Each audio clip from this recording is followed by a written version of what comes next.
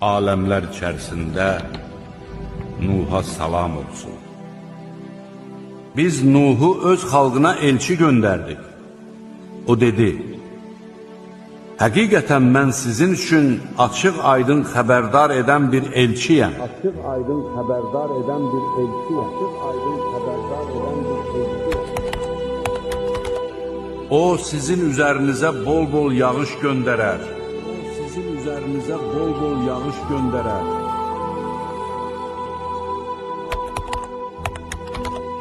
Mən hər dəfə onları imana dəvət etdikdə, onlar barmaqlarını qulaqlarına tıxıyır, paltarlarına bürünür, küfürlərində israr edir və ötkəm-ötkəm təkəbbürlənirdilər.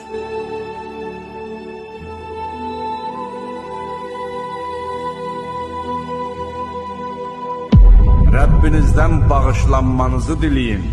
Həqiqətən O çox bağışlayandır. Nuh'a belə vəhy olundu. Qövmündən daha əvvəl iman gətirənlər istisna olmaqla artıq heç kəs iman gətirməyəcək. Elə isə onların etdikləri əməllərə görə kədərlənmə. Gözlərimizin önündə və vəhyimiz üzrə gəmini düzəlt.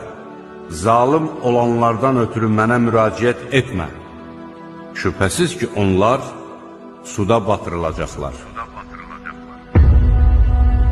Nəhayət əmrimiz gəldiyi və təndir qaynayıb daşdığı zaman biz Nuh'a dedik. Heyvanların hər növündən bir cüt.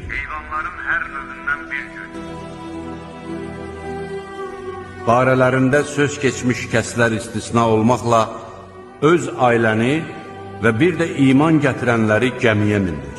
Lakin onunla birlikdə az adam iman gətirmişdi.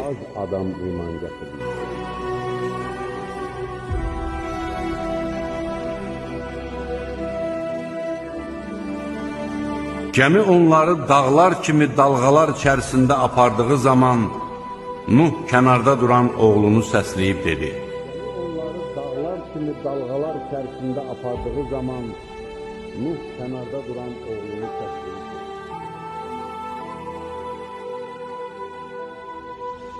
Oğlum, bizimlə birlikdə gəmiyə min, kafirlərdən olma. O dedi, məni sudan qoruyacaq bir dağa sığınacağam. Nuh dedi, bugün Allahın rəhm etdiklərindən başqa heç kəs onun əmrindən qoruna bilməz. Heç kəs onun əmrindən qoruna bilməz.